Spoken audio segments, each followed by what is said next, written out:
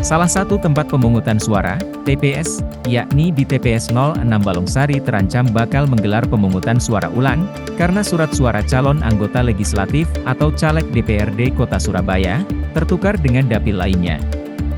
Dari 100 surat suara untuk caleg dapil 5 Surabaya, terdapat 86 lembar surat suara tertukar dengan dapil 2.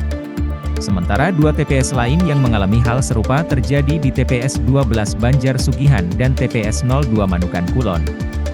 Menurut Akbar Pesanduan, Ketua PPK Kandes, akibat temuan itu pemungutan suara di 3 TPS untuk pemilihan caleg DPRD Kota Surabaya terpaksa dibatalkan. Sementara TPS hanya melakukan pencoblosan Capres dan Cawapres, DPR RI, DPRD Provinsi dan DPD RI.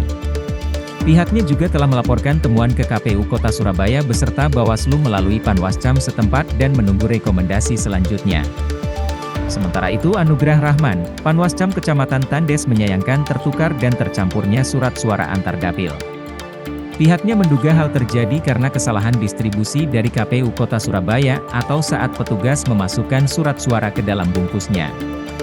Anugrah juga menyayangkan jika tertukarnya surat suara tersebut lantaran pemungutan suara harus dilakukan kembali pada pemilihan caleg DPRD Kota Surabaya, karena hal tersebut bisa membuat antusias masyarakat menurun saat melakukan pemilihan ulang. Hingga surat suara yang rusak atau tertukar disimpan di gudang logistik Kecamatan Tandes, pihak PPK menunggu instruksi dan rekomendasi dari KPU Kota Surabaya dan Bawaslu untuk tindakan selanjutnya.